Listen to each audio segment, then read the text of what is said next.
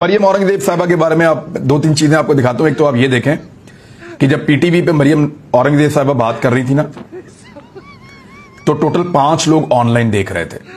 6 minute हो गई थी उनको बात करते हुए, सिर्फ 5 लोग ऑनलाइन देख रहे थे। 5 लोगों में से एक वो था जिसने ये फोटो बनाई है और बना के एक्सपोज किया है। बाकी रह गए 4 में से एक आधा को पीटीवी के अंदर होगा, बाकी रह गए 3। ये 3 बंदे कौन हैं, इनकी तलाश जारी है, जो मरियम औरंगजेब को ऑनलाइन सुन रहे थे जब वो पीटीवी के ऊपर खिताब फरमा रही थी। यहीं पे आप इमरान खान का खिताब लगा दें, फवाद चौधरी का लगा दें, लाखों लोग सुन रहे होंगे सेम टाइम के अंदर। लेकिन उन 3 लोगों से मरियम औरंगजेब क्या कह रही थी, जरा ये सुने, क्योंकि ये कंटेंट ही ऐसा होता है जिसकी वजह से लोग आपको सुनना छोड़ देते हैं और आपकी हरकतें ऐसी होती हैं जिसकी वजह से लोग आपसे भाग जाते हैं।